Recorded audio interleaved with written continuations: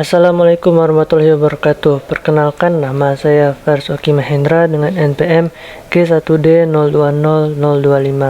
Kali ini saya akan mempresentasikan hasil dari kerja kelompok kami untuk mata kuliah Dasar Sistem Tenaga Listrik sebagai UAS atau ujian akhir semester di semester 5. Di sini saya membawa judul yaitu perancangan PLTS untuk penerangan jalan umum di Kota Bengkulu. Untuk nama anggota kelompoknya sendiri, itu ada saya sendiri, Fars Oki Mahendra. Kemudian ada Sari Oktavia dengan PMG 1D020009. Kemudian Septia Frandani dengan NPM G1D020033. Baiklah, kita langsung masuk ke slide selanjutnya. Pertama itu latar belakang. Jadi, penggunaan energi listrik ini semakin meningkat pada saat ini. Sebagian besar masih tergantung oleh energi bahan bakar fosil seperti minyak bumi, batu bara, dan gas alam.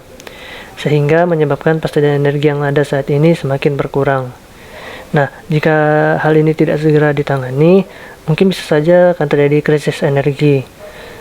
Untuk penerangan jalan umum biasanya digunakan itu 90 watt itunya. Nah, salah satu bentuk pencarian energi alternatif dalam rangka penghematan energi sedang dikembangkan. Nah, itu salah satunya adalah energi surya atau PLTS atau pembangkit listrik tenaga surya. Jadi, dengan adanya perancangan ini dapat memaksimalkan untuk nantinya melakukan perancangan PLTS untuk perancangan umum di Jalan Kota Bengkulu. Masuk ke kajian yang terkait. Nah, di sini saya akan membacakan yaitu keunggulan dari penggunaan PLTS itu sendiri sebagai sumber daya penerangan jalan umum nantinya. Nah, yang pertama itu adalah memanfaatkan sumber energi yang terbaharui dan ramah lingkungan.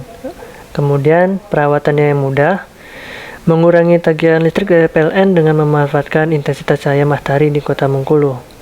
Nah, itu sejalan dengan adanya PLTS yaitu menggunakan sinar matahari, intensitas cahaya matahari, PLTS. Kemudian kekurangannya. Nah, selain kelebihan tadi, ada juga kelemahan dari penggunaan PLTS itu sendiri. Itu yang pertama, modal awal untuk perancangan dan pembangunan membutuhkan modal yang cukup besar. Kedua, masih tergantung dengan kondisi cuaca. Dan yang ketiga, rawan kehilangan komponen pada komponen PLTS. Atau sering terjadi tindak pencurian begitu atau pengerusakan pada box panelnya. Box panelnya.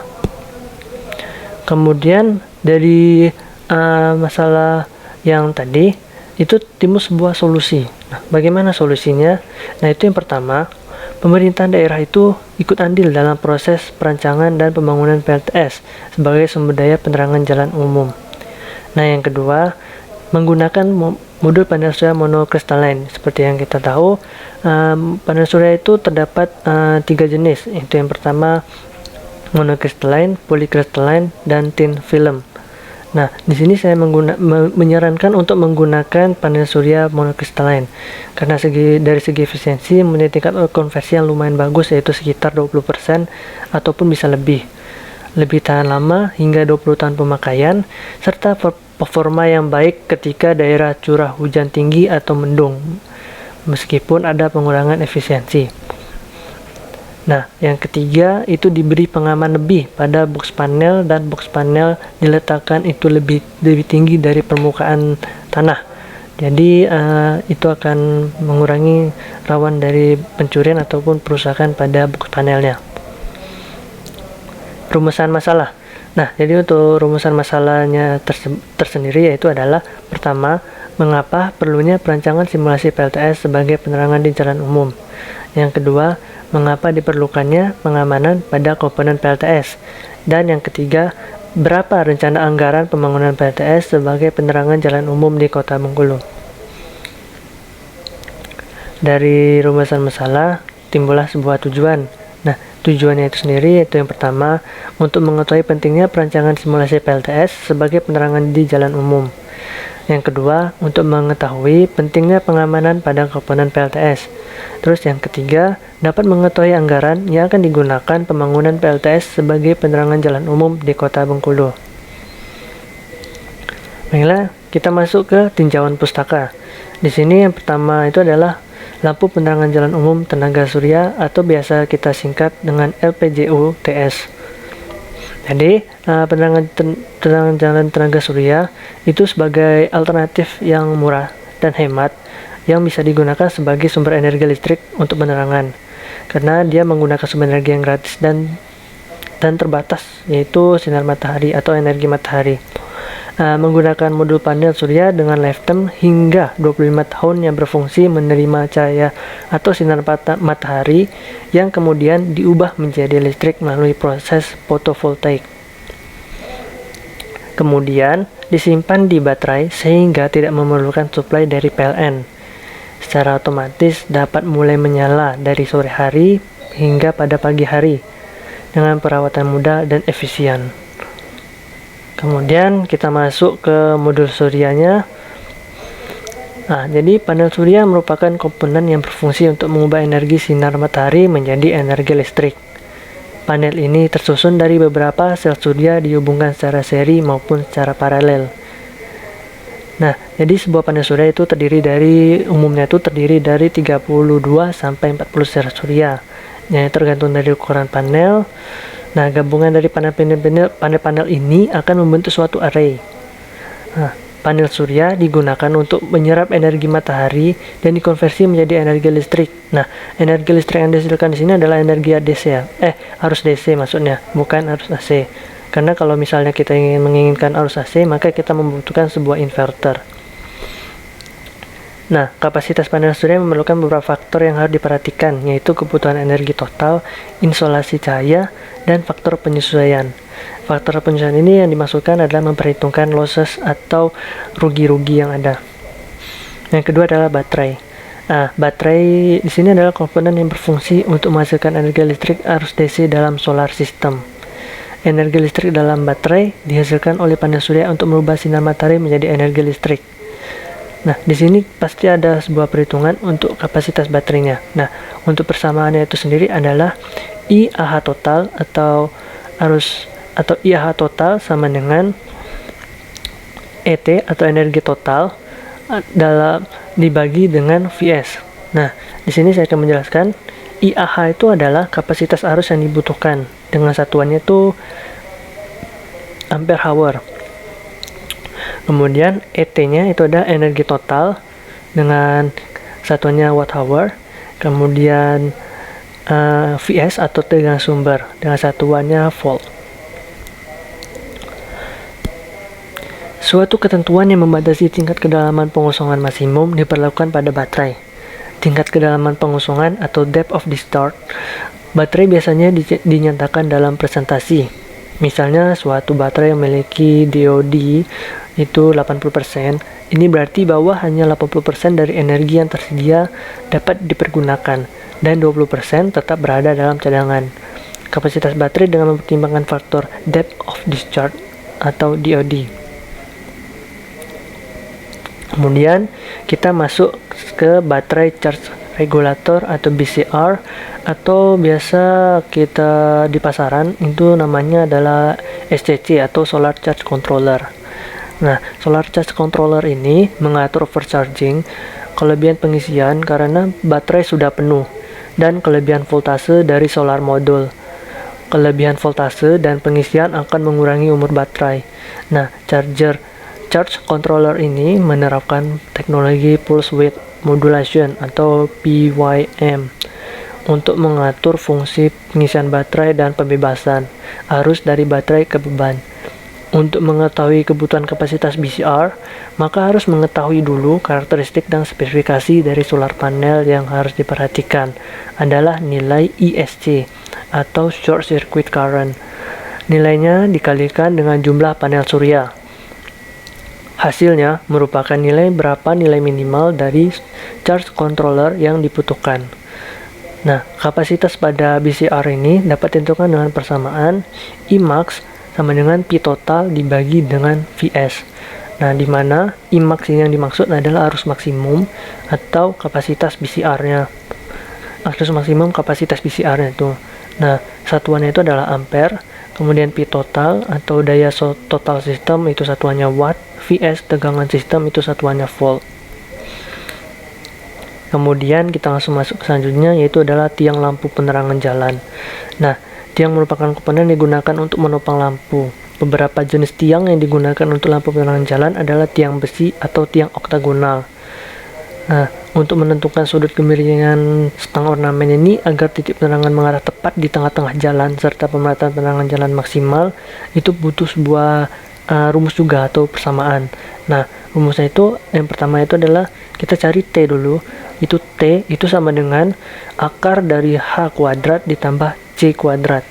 Nah, T ini jarak lampu dari tengah-tengah jalan. Jadi dari tengah-tengah jalan sampai ke lampunya itu berapa jaraknya. Kemudian H itu tinggi tiangnya. Ada tuh yang C itu jarak lampu ke tengah-tengah secara horizontal. Nah, sehingga untuk menekan sudut kemiringan stang ornamen dapat menggunakan persamaan berikut, itu cos dikali cos theta sama dengan H per T, di mana theta merupakan sudut kemiringan stang ornamen. Kemudian kita lanjut ke sistem penataan penerangan jalan umum atau PJU. Terdapat beberapa teknik atau metode dalam penataan penerangan jalan umum, yaitu sebagai berikut. 1. Jalan satu jalur. Nah, jalan satu jalur ini maksudnya di sini ada beberapa tiga jenis. Itu pertama jalur lampu satu sisi. Jadi hanya di satu sisi lampu jalan saja yang diisi lampu. Kemudian ada jalur lampu zigzag. Jadi di kiri misalnya satu, kemudian selang berapa meter di kanan satu, selang berapa meter di kiri satu lagi. Zigzag, bentuknya zigzag nanti. Kemudian yang ketiga itu adalah berhadapan. Jadi kiri satu, kanan satu, kiri selanjutnya satu, kanan selanjutnya satu. Jadi saling berhadapan lampunya begitu. Kemudian ada juga jalan dua jalur. Nah, untuk jalan dua jalur, jalan tengah dengan luminescer ganda dan tepi dibuat hadapan. Jadi lampunya itu di tengah-tengah jalan begitu. Kalau misalnya dua jalur kan di tengah-tengahnya itu di perbatasan antara jalur kiri dan jalur kanan. Nah, kemudian itu dibuat ganda jadi dipasang seperti bercabang gitu. Kemudian yang kedua kombinasi jalur tengah dan berhadapan. Jadi dia ini kombinasi jalur tengah dan berhadapan ini seperti lampunya itu di tengah-tengah dan lampunya itu saling berhadapan begitu. Nah, kemudian selanjutnya ada tuh dasar pencahayaan. Jadi terdapat beberapa istilah dalam merancang suatu sistem pencahayaan untuk menentukan sebuah sistem pencahayaan yang sesuai dengan standar dana efisien. Yang pertama itu adalah flux cahaya. Adalah jumlah cahaya yang dipancarkan oleh sumber cahaya. Lambangnya itu adalah bisa dilihat sendiri itu, dan satuannya adalah lumen. Kemudian intensitas penerangan atau iluminasi atau kuat penerangan adalah flux cahaya yang jatuh pada suatu bidang atau permukaan. Satuannya itu adalah lumen per m kuadrat itu atau lux, atau 1 lux sama dengan 1 lumen per m kuadrat. Jika suatu bidang luasnya a m kuadrat diterangi dengan lumen. Luminasi L adalah besarnya intensitas cahaya per satuan luas, merupakan ukuran terang suatu benda. Luminasi yang terlalu besar akan menyilaukan pandangan mata. Efikasi adalah rentang angka perbandingan antara flux cahaya atau lumen dengan daya listrik suatu sumber cahaya atau watt. Dalam satuan lumen atau watt, efikasi juga bisa disebut dengan flux cahaya spesifik. Efikasi dapat diperoleh dari data katalog produk lampu.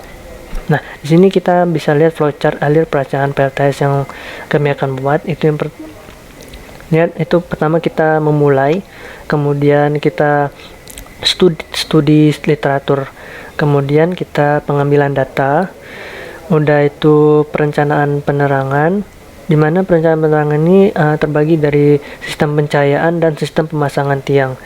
Nah, kemudian jikalau sesuai dengan SNI, maka akan lanjut ke tahap selanjutnya. Namun jikalau tidak sesuai dengan SNI, maka kita akan kembali ke perencanaan penerangannya. Kemudian jikalau misalnya sesuai, maka akan lanjut ke tahap perencanaan PLTS, meliputi total energi, kapasitas panel surya, kapasitas baterai, BCR, perbandingan sistem PLTS terpusat dan per tiang. Udah tuh biaya investasinya, kemudian kita selesai. Kita masuk lagi ke hasil dan pembahasan.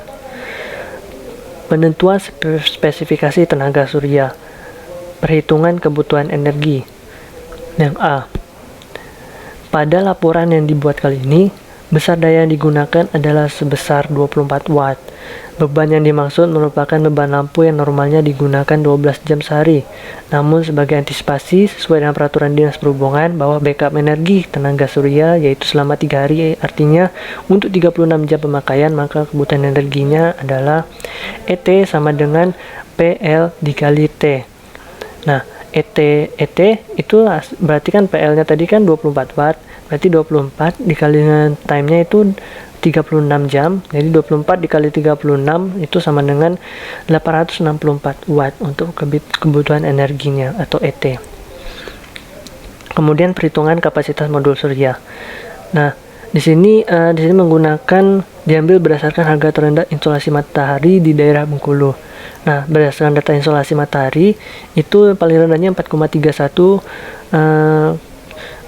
kWh per meter kuadrat per harinya. Maka kapasitas panel suryanya itu ET yang tadi dibagi dengan insolasi dikali dengan 1,1. Itu rumusnya. Kemudian kita tinggal masukkan angkanya dan akan mendapatkan hasil 220,5 WP.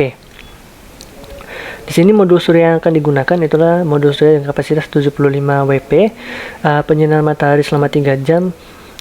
Maka energi yang dihasilkan itu adalah E modul sama dengan P modul dikali faktor pengalinya.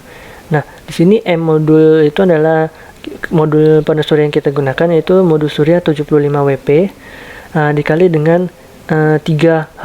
Itu faktor pengalinya. 3 jam atau faktor pengalinya itu.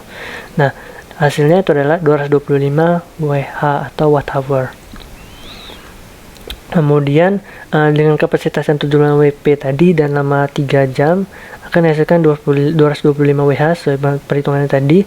Maka jumlah panel surya yang dibutuhkan satu tiang itu adalah ET dikali dengan E modul atau 220 dibagi dengan E modul atau 220,5 dibagi dengan 2225 atau sekitar 0,98. Jikalau kita bulatkan itu berarti kita membutuhkan 1 unit panel surya atau 1 unit modul panel surya yang berkapasitas 75 WP. Kemudian perhitungan baterai. Nah, di sini baterai ini kita menggunakan baterai satuan kapasitas baterai itu adalah AH dan sedangkan satuan energi adalah WH. Maka untuk menentukan kapasitas baterai jadi kita harus membaginya.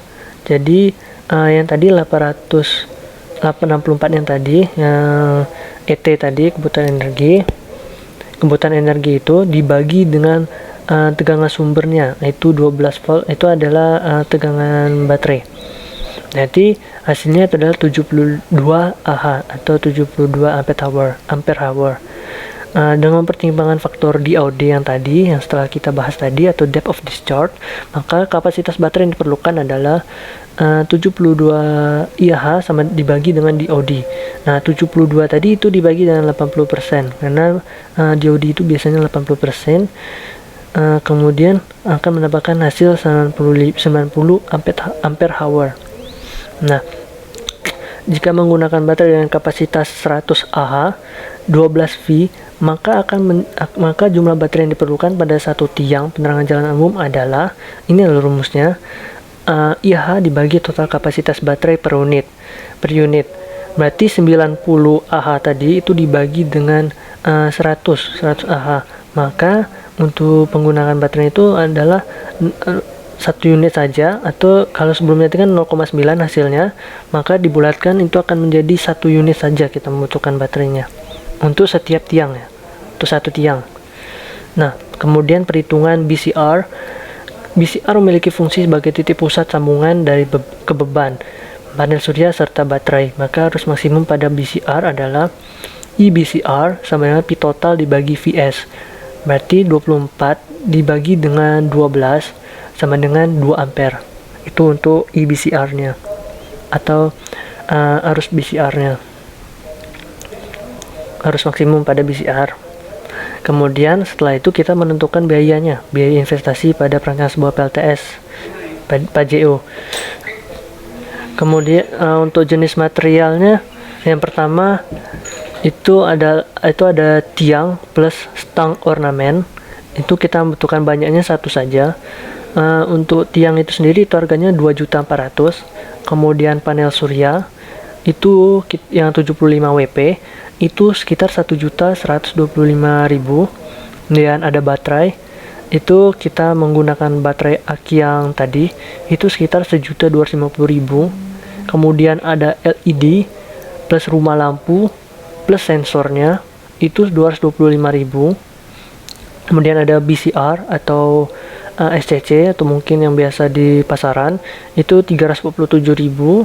Kemudian MCB untuk menghindari adanya korsleting arus listrik. Kalau misalnya terdapat korsleting arus listrik, maka MCB akan otomatis strip. Nah, itu harga satuannya itu ada 170.000. Kemudian kabel itu banyaknya kita membutuhkan kabel 4 meter dengan harga satuan 4.500, maka totalnya untuk 4 meter 18.000. Kemudian box panel 750.000. Nah, dari total semua itu akan mendapatkan biaya sekitar 6.285.000.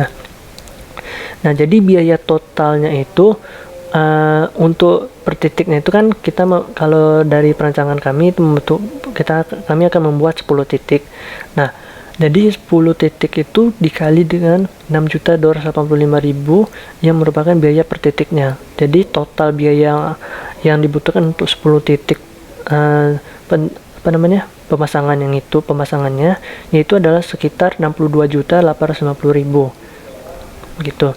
Nah, dari laporan yang telah kami buat, nah kesimpulannya itu yang pertama, jumlah panel surya yang digunakan pada tiap-tiap tiang penerangan jalan sebanyak 1 unit dengan kapasitas modulnya itu 75 WP. Untuk jumlah baterai yang digunakan tiap-tiap penerangan jalan sebanyak 1 unit dengan kapasitas 100 Ah. Sedangkan BCR pada tiap-tiap tiang penerangan setidaknya memiliki kapasitas arus 2 ampere. Yang kedua, sistem penerangan jalan umum tenaga surya pada penelitian atau laporan kami ini mampu beroperasi selama 3 hari atau 36 jam dengan rincian 12 jam per hari lampu akan beroperasi. Nah, yang ketiga, sistem terpusat memiliki nilai investasi lebih rendah dibanding sistem mandiri dari segi elektrikal. Nah, namun sistem terpusat memerlukan lahan yang cukup luas untuk menyimpan PLTS. Itu kuncinya. Hal ini akan mengakibatkan dengan sistem terpusat akan jauh lebih mahal jika dihitung total investasi keseluruhan serta akan lebih membutuhkan biaya perawatan yang lebih besar dibandingkan sistem mandiri. Oleh karena itu, untuk PJUTS dengan sistem mandiri akan lebih efisien dibandingkan dengan sistem terpusat. Saran kami dari kelompok kami itu sarannya itu pengembangan dalam merencanakan PJU tenaga surya ini adalah penggunaan baterai disesuaikan dengan beban yang digunakan, karena untuk meminimalisir besar kecilnya kapasitas baterai mempengaruhi biaya investasinya nanti. Itu saja mungkin presentasi dari saya Vercoki Mahendra, mengucapkan terima kasih kepada Bapak ataupun kepada teman-teman sekalian yang telah mendengarkan atau menonton presentasi dari saya. Terima kasih kembali. Saya tutup. Jikalau ada salah saya mohon maaf. Saya tutup. Wassalamualaikum warahmatullahi wabarakatuh.